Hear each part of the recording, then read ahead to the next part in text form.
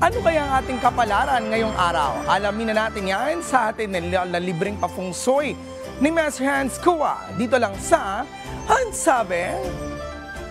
Rise and shine mga ka-RSP, narito na ang gabay, patnubay, palala at prediksyon ngayong araw ng April 15, Monday. Simulan na natin.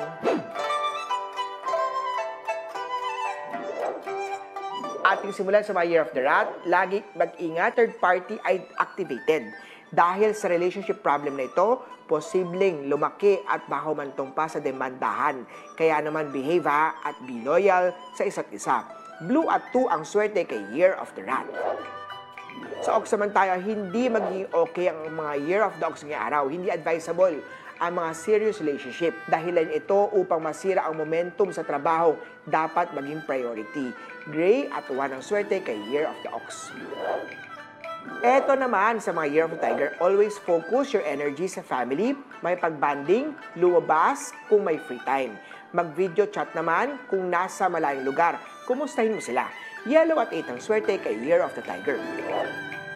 Sa Rabbit naman tayo, masusubok ngayong araw ang iyong patience at mga taong sign na hindi compatible sa'yo.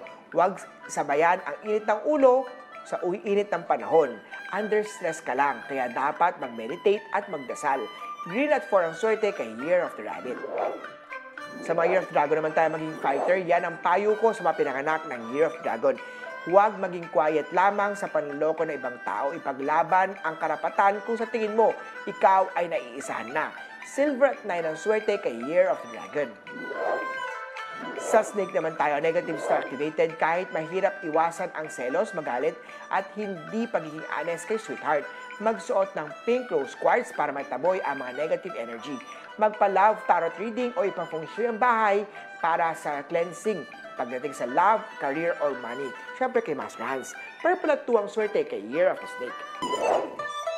Ito naman sa mga pinanganak ng Year of the Horsey, makakaramdam ka ng duda sa pag-ibig sa business partner. Ito ay dahil sa selos, galit o hindi pagkakaunawaan. Mainam na i-clear ang mga serious conversation with them para makaliwanagan at ma-resolve naman agad ang mga problema bago pa humantong sa malaking problema. Pink at 6 ang swerte kay Year of the Horse.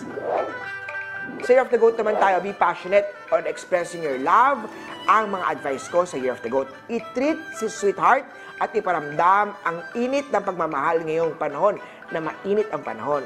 Kung incompatible sign naman ang partner mo, mainam na pag-usapan at ipafungshui yan para matulungan ko kayo sa love relationship issues nyo. Red at 8 ang swerte kay Year of the Goat. Sa monkey naman, negative star activated sa mga monkey, declutter at mag-arrange ng furniture appliances sa bahay dahil ito nagiging sanhi ng negative energy. Sumangguni agad kay Master Hans Kua. Black at 7 ang swerte kay Year of the Monkey.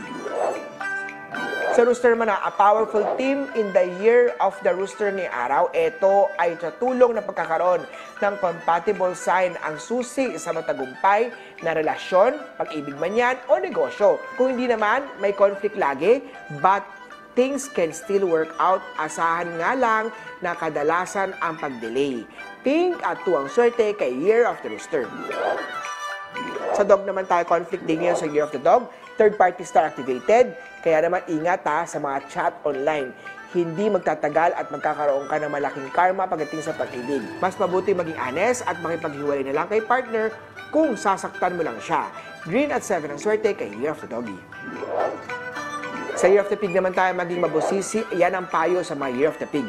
Tingnan at i-double check ang kontrata bago pirmahan yan. Maiging basahin at unawain ang mga kontrata para hindi magkaroon ng aberya sa mga gagawing desisyon sa buhay. Green at 7 ang swerte kay Year of the Piggy. Uli po, ito po yung mga gabay, patnubay, paalala at prediction lamang ni Master Hans. Nasa inyong mga kamay nasa lalay ang inyong tagumpay, kaya always be positive at i-claim ang mga swerte mga ka-RSP.